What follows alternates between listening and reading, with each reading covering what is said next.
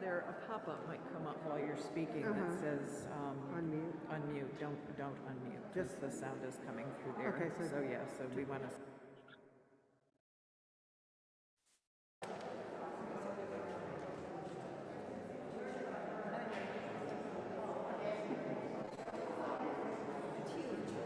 It is cute.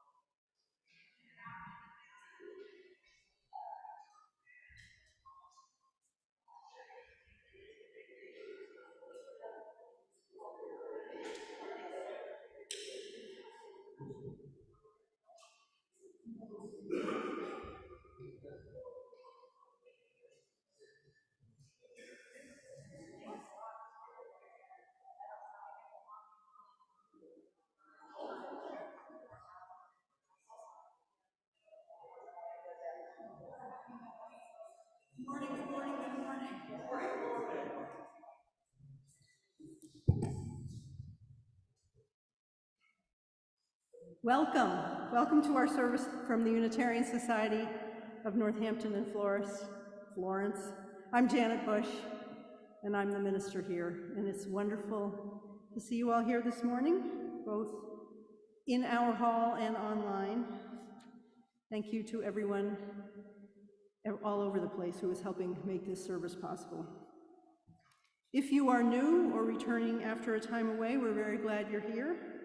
You can fill out, if you'd like to, a blue welcome card, and you can put it in the offering plate later in the service. There's an online version that's in the chat, and if you fill out the card, we'll put you on our email contact list so that you can get information about our events and activities. I'm very happy to welcome my colleague, the Reverend John Rehmus, as our service leader this morning. John has been a UU parish minister, a math and sciences teacher, a university chaplain and adjunct professor, and an anti-racism and peace activist. And he now lives and gardens on the Valley Community Land Trust in Coleraine, Massachusetts, and also offers a retreat room or two that people can borrow if they're interested in that. You can ask him about that after the service. He also in the summer offers free evening sky tours at various sites in Franklin County, in which he guides people to enjoy the wonder, lore, and science of the night sky. So again, if you want more information about that, you can get in touch with John. You can speak to him after the service. We strive to be a congregation that welcomes people of all ages, races, religious beliefs, backgrounds, sexual orientations, gender identities, and abilities. We belong to the UU Association of Congregations, and we are guided and inspired by its values and principles. Those values and principles move us to remember that we in Northampton inhabit unceded land of the Pecumtuck and Nipmuc peoples. Those values and principles also remind us to acknowledge our responsibility to face the legacies of dispossession and systemic racism that are part of our collective history, even as we also affirm and celebrate all the legacies that inspire us. And we come together to celebrate, to reflect, to support one another in sustaining hope and upholding our values. If you're on Zoom, we ask you to please keep your videos off except during the greeting. And if you're in the Great Hall, thank you for wearing a mask. And now Jane Simons has a quick announcement. Thank you, Janet. Hi, this is Jane Simons. I'm the past president of this congregation and serving out my final year on our USNF board. The year 2025 will mark USNF's 200th anniversary. The anniversary offers us all a timely opportunity to explore and reflect on USNF history and the early roots of our faith community, as well as reflect on where we are now and where we see ourselves going in the decades to come. To date, the USNF Board has proposed 3 areas of focus for the upcoming bicentennial: an historical retrospective, bringing the history of USNF current, with a focus on historical themes of interest to be determined.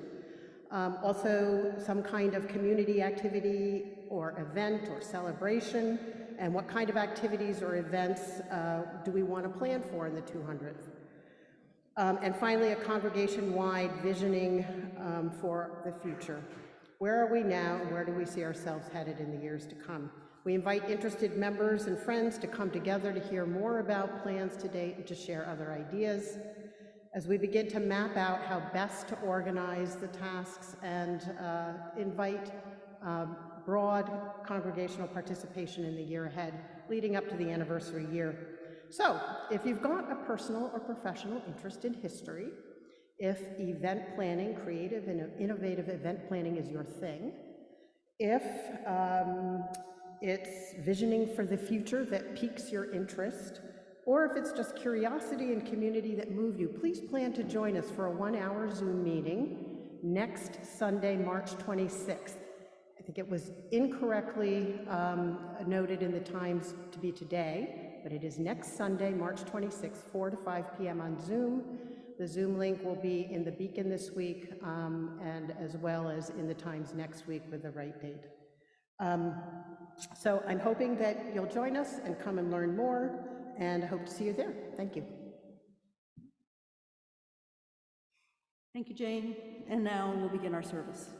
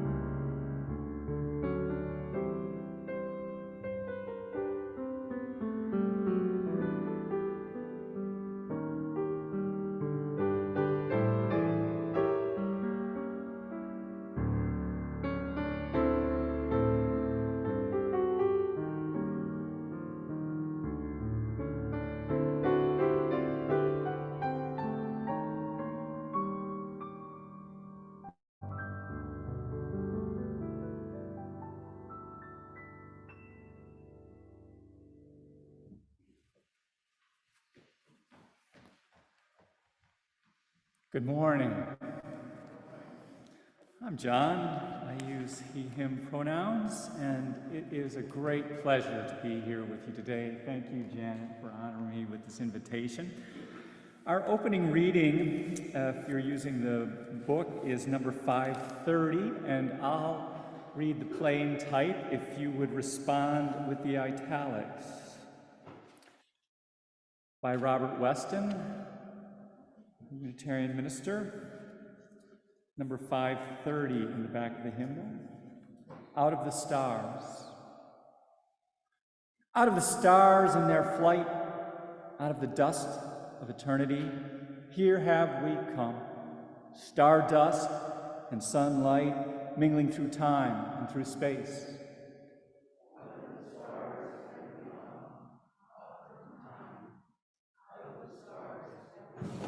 Time out of time, before time, in the vastness of space, Earth spun to orbit the sun. Earth with the thunder of mountains newborn, the boiling of seas.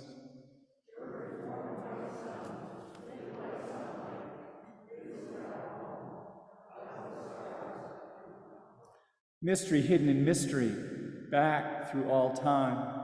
Mystery rising from rocks in the storm and the sea.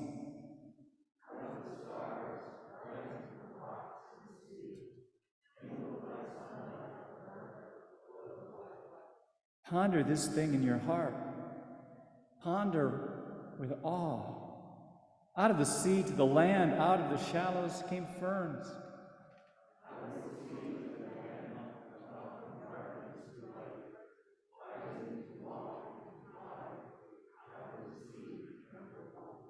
Ponder this thing in your heart. Life up from sea, eyes to behold, throats to sing, mates to love.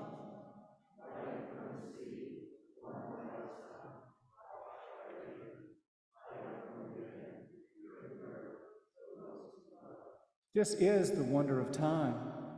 This is the marvel of space. Out of the stars swung the earth. Life upon earth rose to love.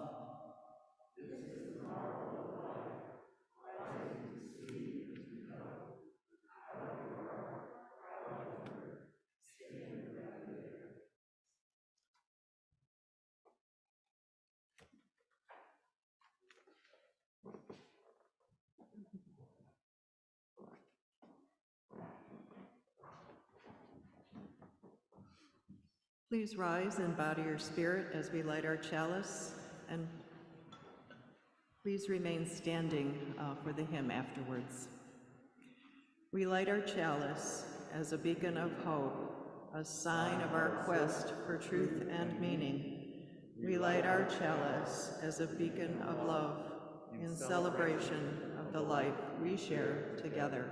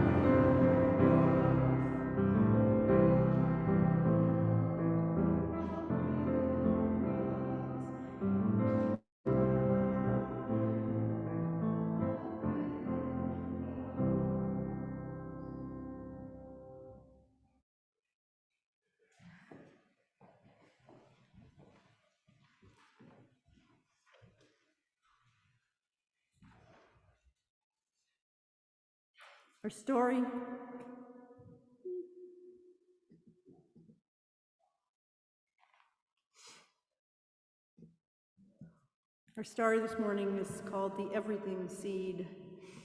It's by Carol Martignaccio, illustrated by Joy Troyer. Have you ever watched a seed grow?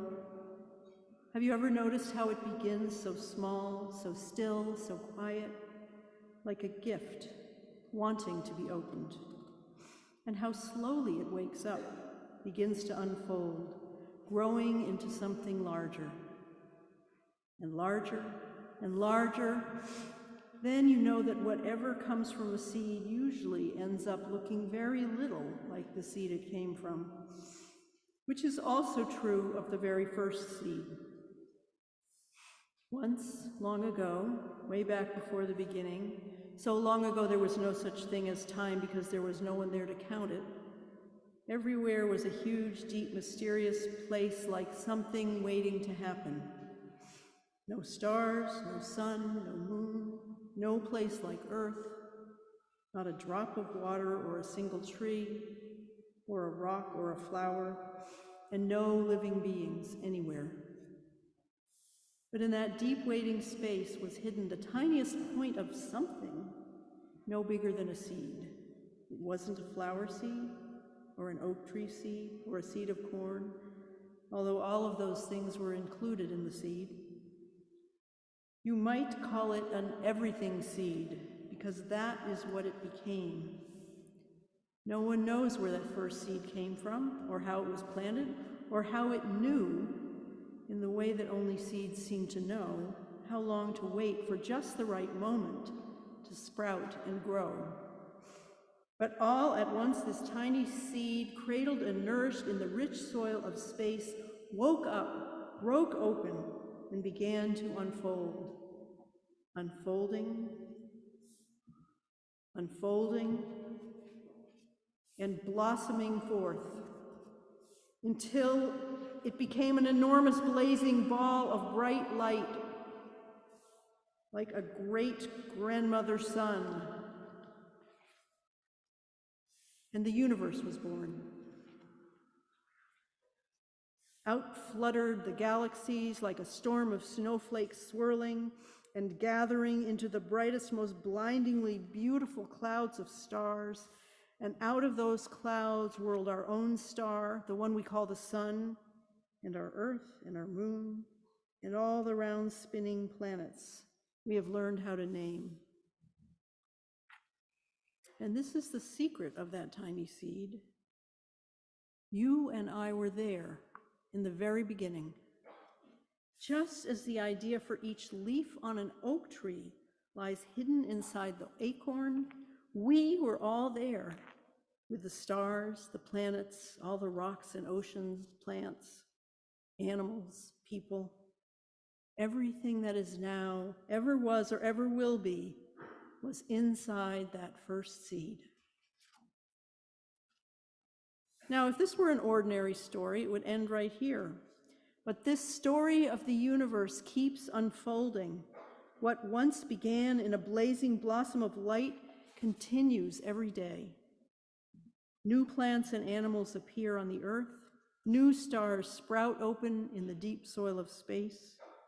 Seeds of many kinds are scattered everywhere to help us remember. And new people are born every day with the spark of that first light still alive and burning deep inside, waiting, like the everything seed, to shine in ways that are yet to be known.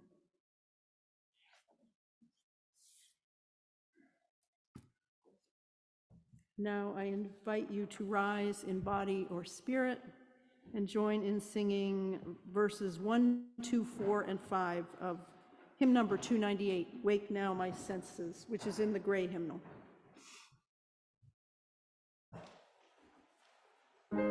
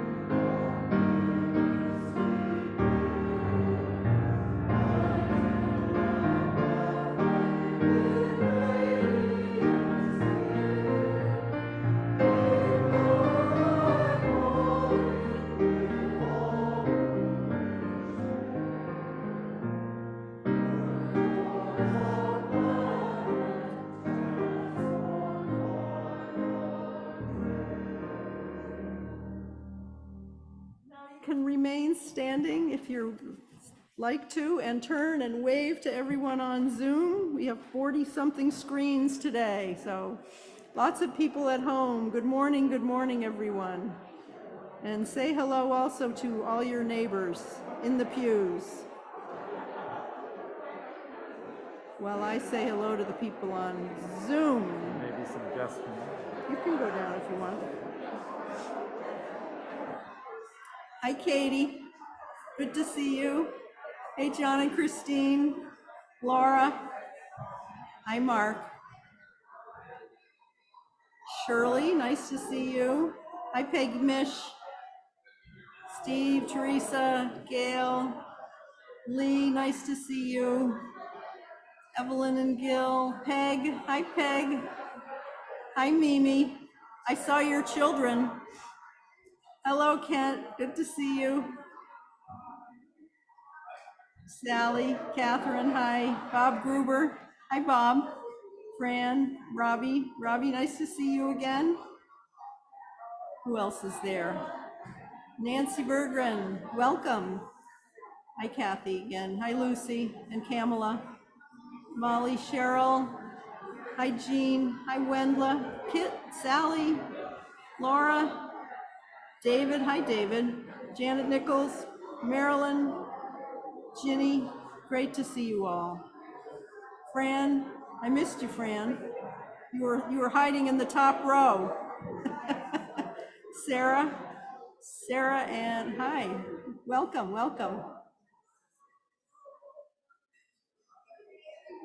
All right, we're gonna move along here. You were calmer today than usual, folks. And now it's time for us to sing out everyone who is going to religious education activities who isn't down there already, so we'll sing you out.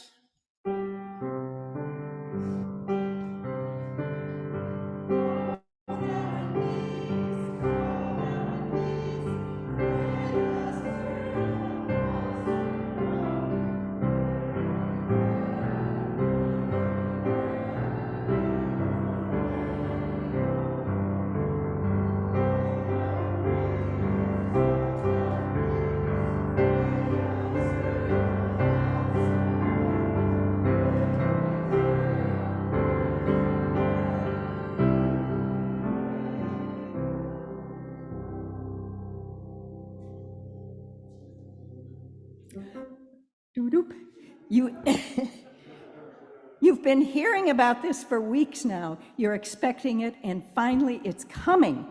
This Tuesday is the long-awaited Don't Bake Bank at Chase Rally.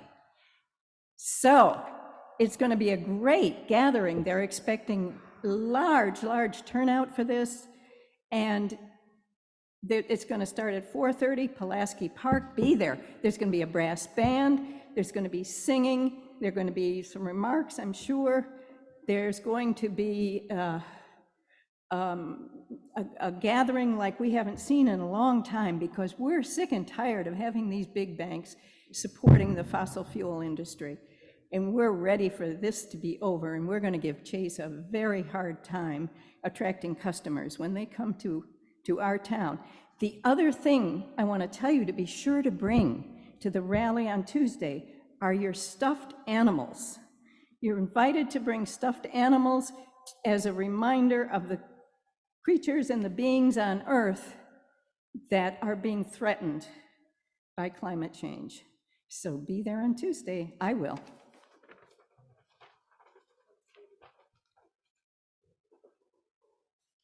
Thank you, Judy. So that was our social justice minute, and now I have a USNF minute. So good morning.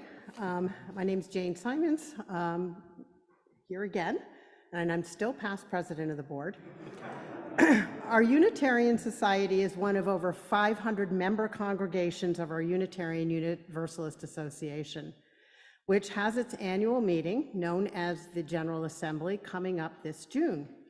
This year, the General Assembly is taking place both in person in Pittsburgh, Pennsylvania, as well as online.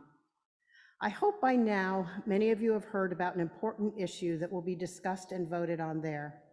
You may have heard you may remember that Janet has spoken about it several times from the pulpit, most recently about a month ago. It is a proposal to update and modify the language that describes the purposes and values of the UUA and of our movement as a whole. It includes changes in the language of the current principles of Unitarian Universalism. The last major revision happened in 1985. We want to make sure that everyone has a chance to understand the proposal and how they can still provide input. We'll offer information and discussion sessions via Zoom at 7 p.m. this coming Wednesday, March 22nd, as well as Tuesday, March 28th, and Monday, April 10th. You can also participate in a related collage making session after the service on April 2nd. All are welcome.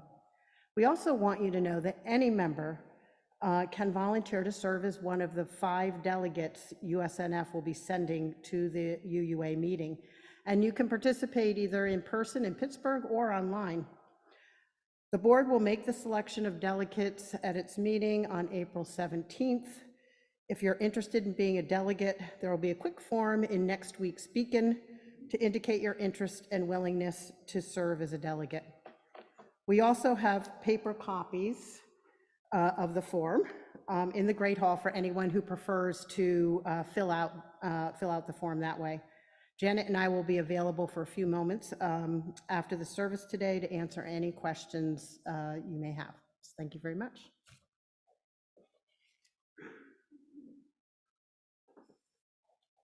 Thank you, Jane. Thank you, Judy. And now it's the time in our service when we offer up our monetary gifts. As most of you know by now, half of the money that we collect every Sunday goes to support the work of the society, and half goes to organizations that are recommended by all of you and chosen by the coordinating council twice a year. So what we do makes a difference within our walls and well beyond them. And our morning offering will now be given and very, very gratefully received.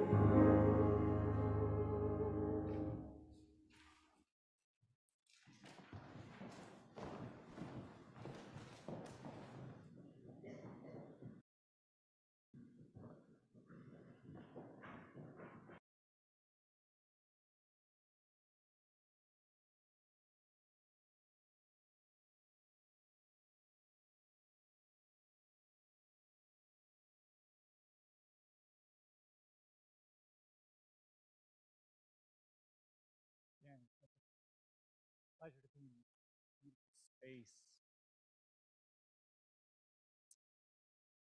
Those on Zoom, there are beautiful stained glass windows bringing in the morning light. And it's a good day for feeling balance in light, feeling the balance of light.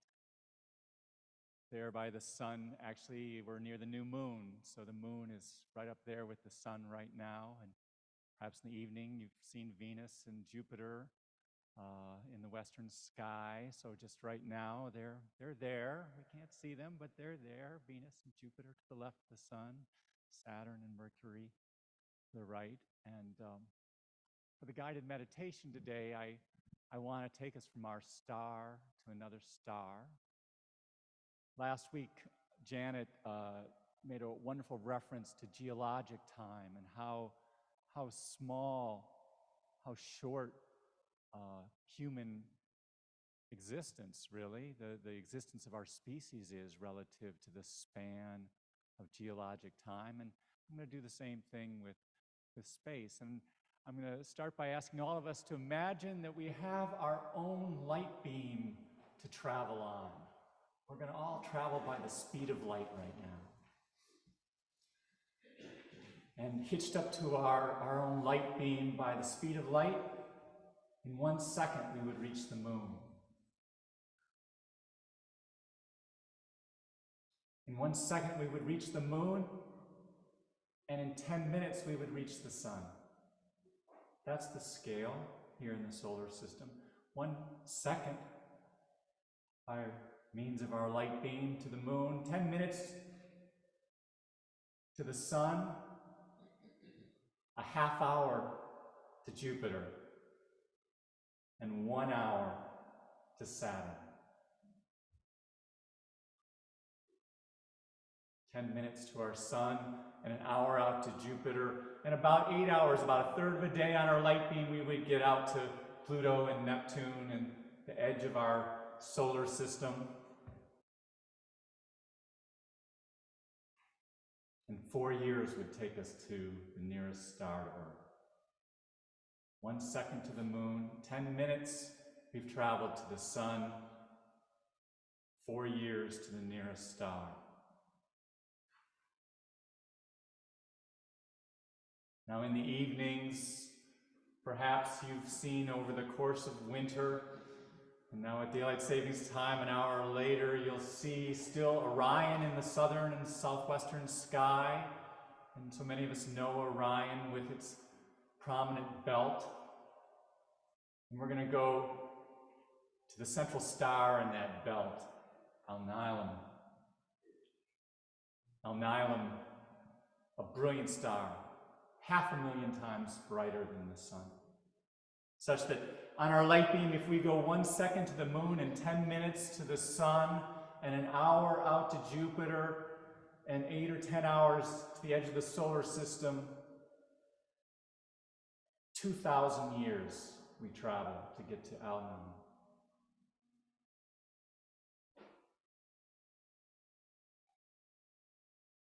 And let us just pause there, 2,000 light years away, and let us turn back. We certainly look at Alnilam. Who is to say that there aren't those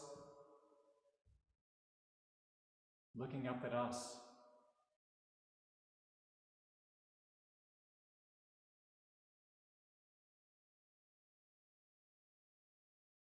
And think of this beautiful blue, white, green ball of Earth hanging in the vastness, so small. If the sun were a volleyball, the Earth would be a peppercorn.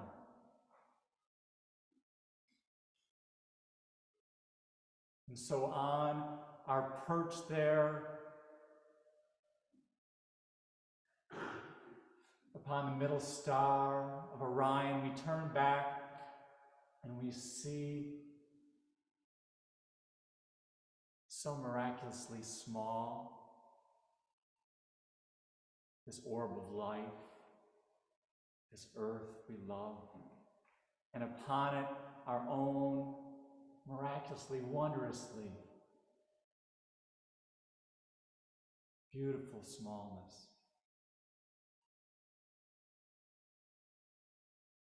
Albert Einstein is said to have shared that it is not the universe in all its complexity that it is a miracle. The miracle is that we can be conscious of it, and that we can hold all of this in our thought, in our hearts, in our lives. Let us pause in silence upon that.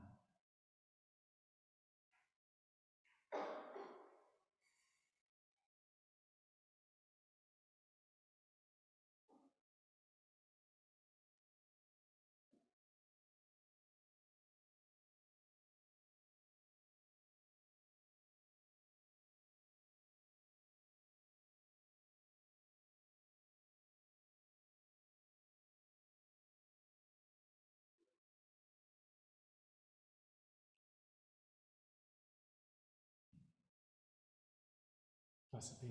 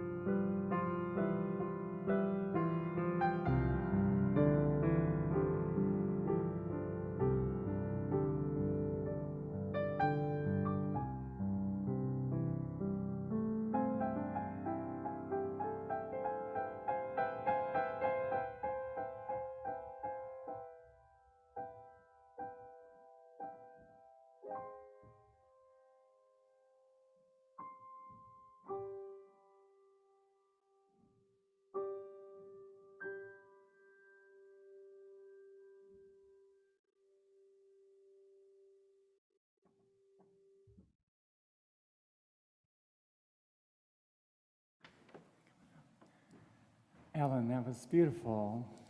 And thank you for being part of what feels like a collaboration today, and that Janet chose the story.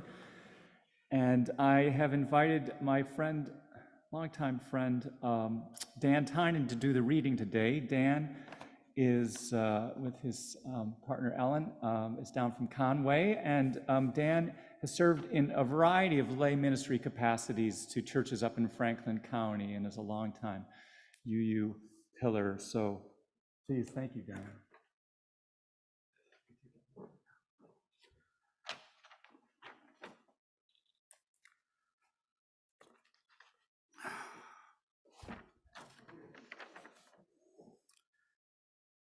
Imagining mystery. There is something that contains everything. Before heaven and earth, it is. Oh, it is still unbodied, all on its own, unchanging, all-pervading, ever-moving, so it can act as the mother of all things. Not knowing its real name, we only call it the way. If it must be named, let its name be great. Greatness means going on. Going on means going far. And going far means returning. So they say, the way is great, heaven is great, earth is great, and humankind is great. 4 greatnesses in existence, and humanity is one of them. Humanity follows the earth follows heaven, heaven follows the way follows what is.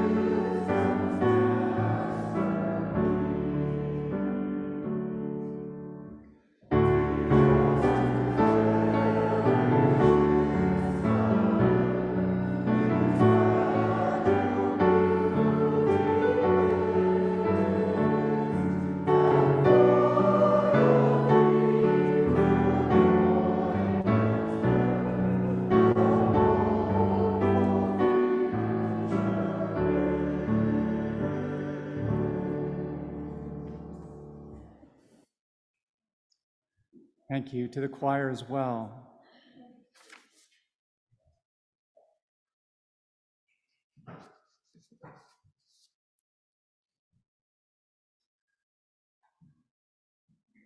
Walk out these front doors to Main Street, turn right, and follow Route 9 almost exactly 7.5 miles. You come to the intersection with Dickinson Street in Amherst at the northeast corner of Amherst College. One day, 44 years ago, I walked down Dickinson Street getting ready to cross Route 9. Kitty corner from me on the college lawn is a fire hydrant. It may still be there. In that moment of looking at that hydrant, Shazam! The entire universe, including myself, the fire hydrant, the nearby buildings, the road, the blades of grass, to my mind's eye, in one instant, it is sensible as one. In one moment, there had been a field of objects. In the next, everything was one thing, a continuous fabric of being. And with thanks to those, Kathy, if you would put on the first slide. The best way I have of rendering what I experienced is this image. a sample from what are called probability distributions in physics. In my brain's effort to grasp the experience, everything was rendered into a continuous flow of three-dimensional graph lines of various contours. From the trees to the morning sunshine to the innards of my physicality, it all became a continuous fabric of peaks and valleys, swirls and cavities. Now, at the time, it gave me pause. For some minutes afterwards, I was kind of like, that's pretty wild. But this unitive experience, that's one name that's given to this type of thing, this all being one apprehension made immediate sense to me, both intuitively and rationally. And I was pretty egoistic, prone to thinking that what happened to me probably happened to a lot of people. Isn't that what the liberal arts are for, to put it all together? My life had already been rich in intensely strong, integrative, what some might call religious experiences. With experiences I could later account for at age 5, one I remember at 8, a blindingly shining one at 14 that changed my life trajectory. This child of a Unitarian and grandchild of a Universalist had merely begun to apprehend what one of our tradition's oracles, Ralph Waldo Emerson, termed the oversoul. From his classic book, Nature, which I hadn't read at that point, Emerson wrote, "This deep power in which we exist and whose beatitude is all accessible to us is not only self-sufficing and perfect in every hour, but the act of seeing and the thing seen, the seer and the spectacle, the subject and the object are one. We see the world piece by piece as the sun, the moon, the animal, the tree, but the whole of which these are the shining parts is the soul." I don't know, fostering our kids to have unitive experiences, isn't that what's going on right now downstairs in the Sunday school, right? Parents, do your kids pile into the car after church and say, "I was sitting in Buddhist meditation this morning," which they're doing downstairs, and then all of a sudden, shazam! Children may intuit that it is all one better than we adults. Because transcending subject-object thinking, we are, it is all one. We don't dance as Unitarian universalists without getting that right, eh? After all, it's in the science. Albert Einstein appended a note to the 15th edition of his work for lay people entitled Relativity, and it bears directly on this. 3 years after his death, I think Einstein was keen on leaving some clarity when he wrote, "Space-time is not necessarily something to which one can ascribe a separate existence, independent of actual objects of physical reality." Space-time is not necessarily something to which one can ascribe a separate existence, independent of the actual objects of physical reality. Physical objects are not in space. Einstein italicizes this. For example, our bodies are not in space as physical objects. Einstein says physical objects are not in space, but these objects are spatially extended. And he concludes simply enough, in this way, the concept empty space loses its meaning. Werner Heisenberg, famous for the uncertainty principle which binds subjective measurement with the object being measured, Heisenberg remarked that the world is not an array or a conglomeration of things, objects, but appears to be, quote, "a complicated tissue of events in which connections of different kinds alternate or overlap or combine, and thereby determine the texture of the whole." Physicist Richard Feynman said, "If our small minds for some convenience divide this universe into parts, remember that nature does not know it. So let us put it all back together, not forgetting ultimately what it is for." To which Feynman adds, "Let it give us one more pleasure." And if you stay with the science, you may as well throw out past and future as well. Again, Einstein, "People who believe in physics know that the distinction between past, present, and future is only a stubborn, persistent illusion. So traveling back down Route 9 and 40 years to my unitive experience, the one being, I call it, is sensible. This one being here now is our reality. As Feynman goes on, the question is, do we forget it all? Or do we drink it in? I cannot forget it. My life has continued to be moved by similarly powerful experiences that led to this present stage whereby in December 2019, I decided to drink it in more contemplatively. Or, as from this famous opening line of another Unitarian oracle, I went to the woods deliberately to front only the essential facts of life and see if I could not learn what it had to teach. Henry David Thoreau. I didn't suspect then that 3 months later that most everybody would beat a retreat from the world. Yet when everybody started coming back to so-called normal life a year or two ago, I kept on going to the woods every day, pretty much anyway. I walked the stream bed behind my house and connect to the elements there, observing the stream's flow, tracking the mammals, listening to the birds and insects, watching growth and decay in the flora. Every day for some period, I try to sit still and awake, if not fully meditative. And I also try to do something physical that gets me out of my head, exercise, dance, tai chi, garden. I connect to wisdom by reading ancient texts or works about ancient texts. I connect to neighbors and community with small acts of service. Every day I can, I light a candle and say a blessing, and daily I try to recite those things I'm grateful for. Day in, day out, I ponder big things like the moon and the stars. I commune with clouds. I wonder at small things like the miracles that are tree buds, like the miracle that is the light in all of your eyes. I pray my bead chain. This actually was brought to me by another Unitarian minister who talked about the importance of beads. This is my bead chain. This is my bead for all of my parishioners over the years and for the congregations of this region. And I've been praying your way ever since you invited me, Janet, for the well-being of this congregation and the health and well-being of its ministry. I pray memorized prayers. I pray a lot, actually. The Franciscan priest and blogger Richard Rohr says, prayer is not about asking for results. Prayer is about maintaining a relationship and offering yourself to be changed so as to better accept what was, is, and will be. Over and again, I'm changed just by accepting the eternal fabric of being present. It changes me to pause on the fact that empty space loses its meaning, that our past and future separate from this present is an illusion every day. All of these methods of connecting with being I could explore in separate ways, so this is a big topic I bring today, and thus I'll try to cut to the chase.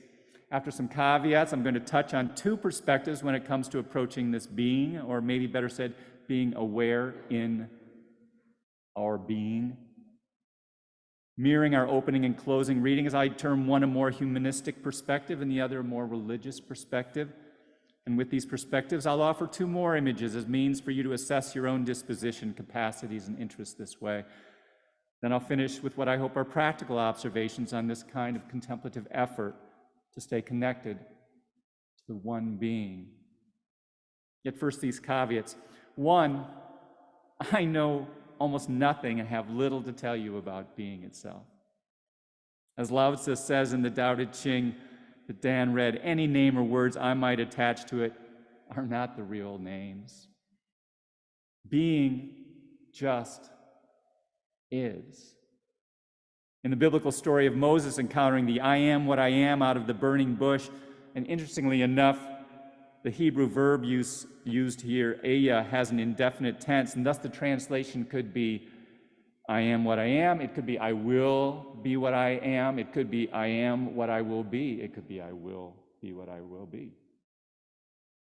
In this story, in the book of Exodus, Moses is encountering that being which constantly and entirely completely and eternally sheds itself while remaining unconsumed. We can go to John's Gospel in the Christian scriptures to find this. A child of God can be real and say that before Abraham was, I am.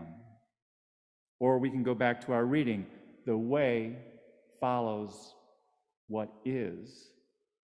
That's pretty much the sum total of what I can say about being. My second caveat is a response to the question, has this work made you happier? And the answer is no, not thus far. As is said about getting old, this path is not for the timid. In a 2020 course I took on St. Teresa of Avila's contemplative work, I felt warned. The more committed to the path you are, the more you become aware of what Teresa termed the snakes and scorpions of the world one drags into the inner abodes of contemplation. The early Christian hermits spoke of this, of visitations by myriad demons tempting them to mental preoccupation and attachment as they sat upon their pillars in the desert. Perhaps in time I will know more peace from this work, I hope so, but only because I've at that point better shed my demons, my attachments and aversions, my brokenness and character flaws that continue to visit my thinking and behavior with frequency. But I guess even that gives me lessons in accepting my humanity, my own expression of Eya, I am, I will. And I see in my humanity and choices something that the historian of religion Houston Smith suggested about humanity in the scientific age writ large, that we modern humans confront two basic options. Either we think of humans as higher beings, that is, as a sentient and remarkably conscious fruition of evolution derived from what is ultimately non-sentient and non-conscious, the non-living chemical soup of particles and energy, in other words. Or, as Smith puts it, we think of humans as a lesser being derived from something greater. From this perspective, even our consciousness and sense of human being is derivative of a consciousness that exists embedded in everything else. As will be reflected on in today's closing reading, Hinduism refers to this great consciousness as Brahman, or Supreme Self with a capital S, as opposed to our small s derivative selves.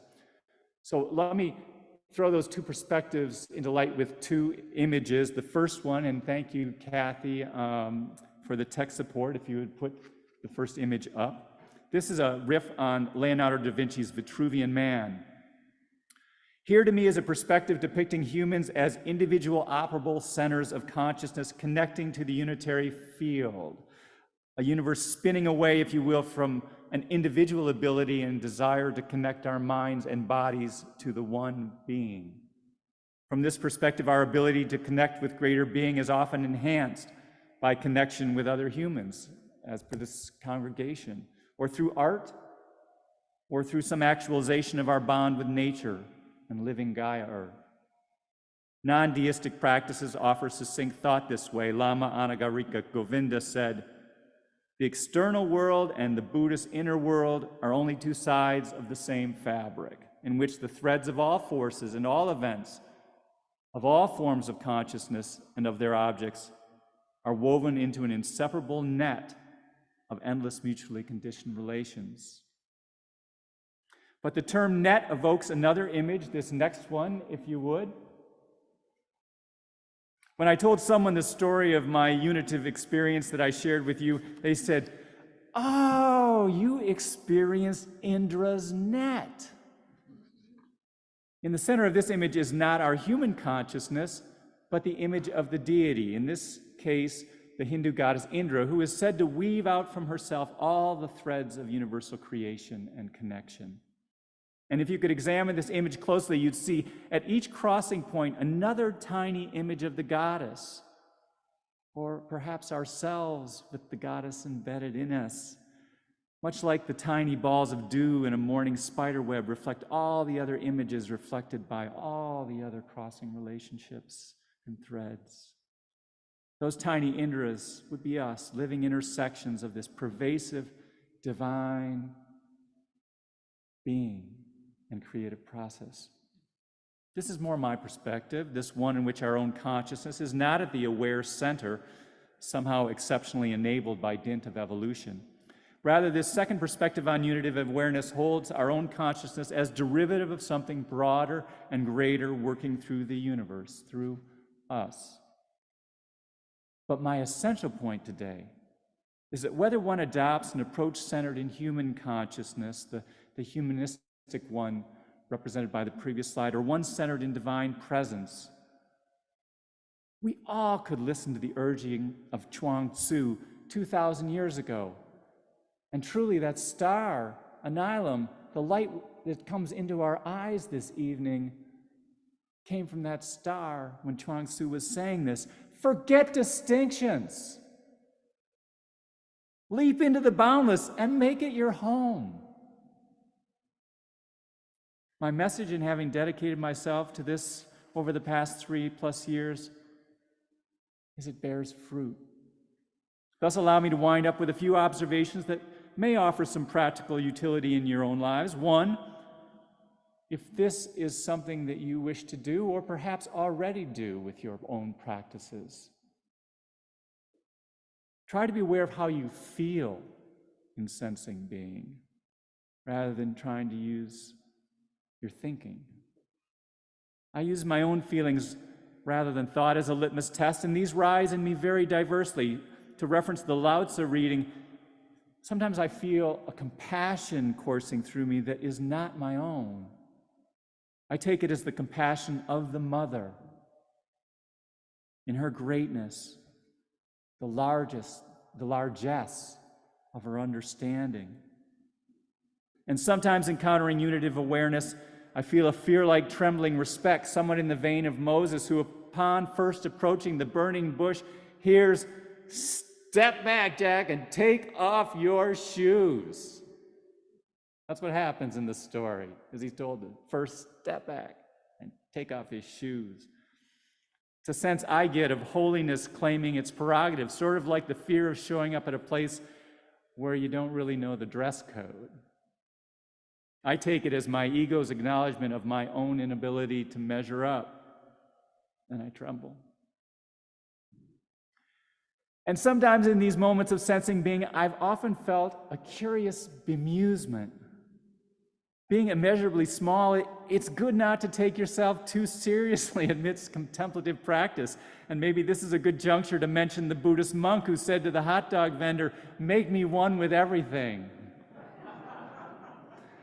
But it is true that when I remember experiences like I had at age 19 or the one at 20 or again at 25 and 27, or just recall some more recent insight out by the stream or in prayer, what I remember is this wry sense of encountering an intelligence greater than my habitual illusions of reality often allow for. I inwardly chuckle with a sense of, really?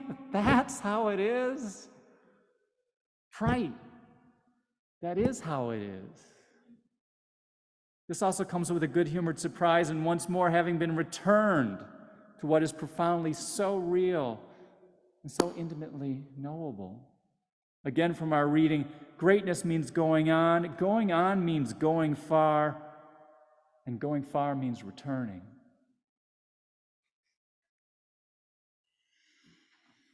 And in winding up, allow me to observe that however my reflections may seem abstract, one gains by such contemplative pursuits just in re-observing the world a bit more plainly. It's said that after a long period at his monastery, it took Thomas Merton one day in the city of Louisville to compile his incisive indictment of American racism.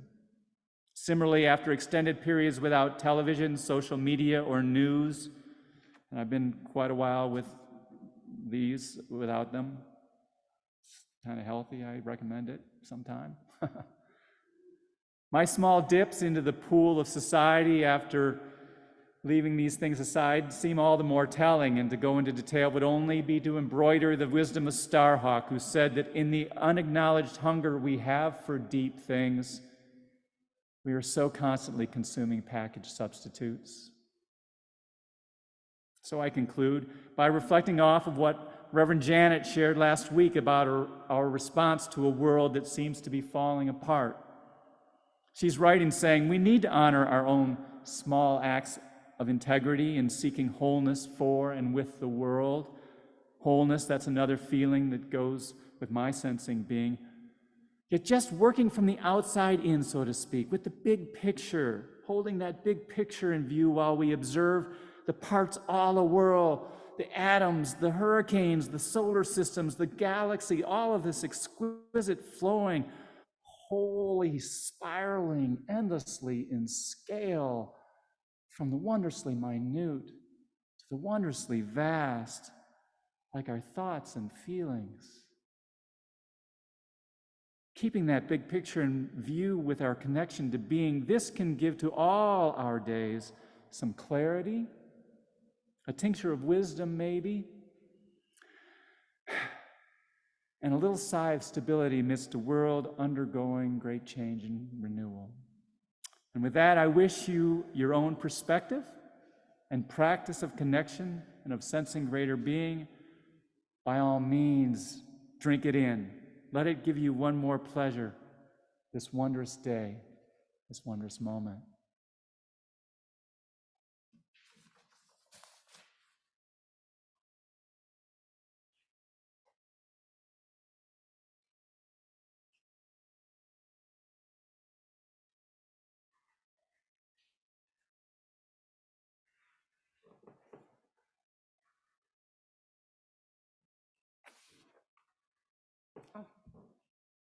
I'm on. I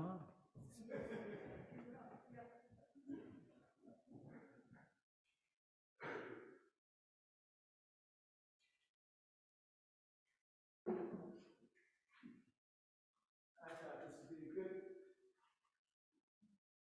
song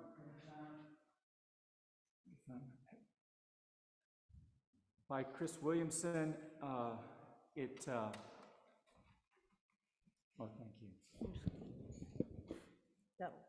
It's a great song to sing loud, and you don't even have to be in key. In fact, traditionally, when you finish this song, you should whoop. All right, so you can all whoop. Let me teach you the refrain, and I'll do the verses, but if you know this song, please sing along. The refrain goes, and we will sing this song, come on and sing along, and we can sing for a long, long time. Come on and sing this song, come on and sing along, and we can sing for a long, long time. Open mine eyes that I might see glimpses of truth thou hast for me. Open mine eyes, illumine me, Spirit divine. Love of my life, I am crying, I am not dying, I am not dancing, dancing along in the madness. There is no sadness, only a song of the soul, and we'll sing this. Yeah, please stand up. Sing along, and we can sing for a long, long time. Come on and sing this song. Come on and sing along, and we can sing for a long, long time. What do you do for your living? Are you forgiving, giving a shelter? Open your heart, love will find you, truth will unbind you. Sing out a song of the soul, and we'll sing this song. Come on and sing along, and we can sing for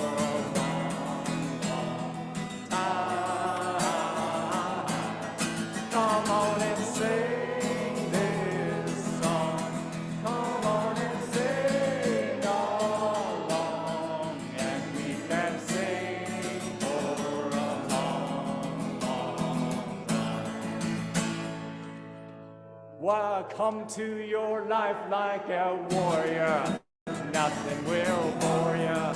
You can be happy like the lion. It will heal you, and you will feel you. Sing out a song of the soul, and we'll sing this song. Come on and sing along, and we can sing for a long, long time. Come on and sing this song. Come on and sing along, and we can sing for a long, long time. Blessed be. Thank you.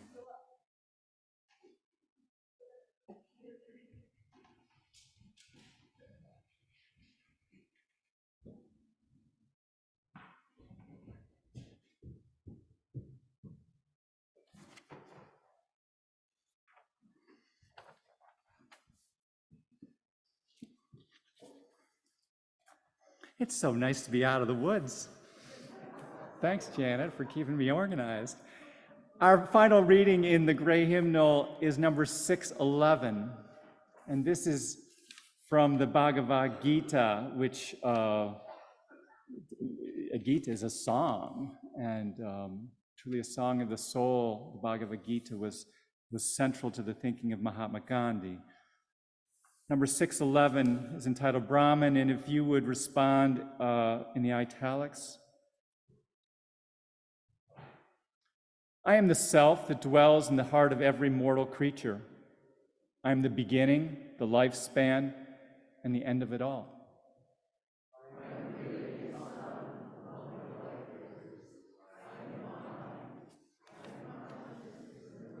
I am death that snatches all. I also am the source of all that shall be born.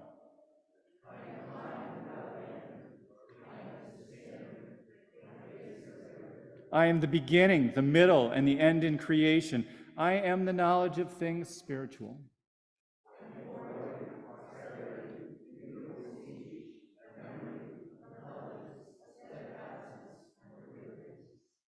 I am the divine seed of all lives. In this world, nothing animate or inanimate exists without me.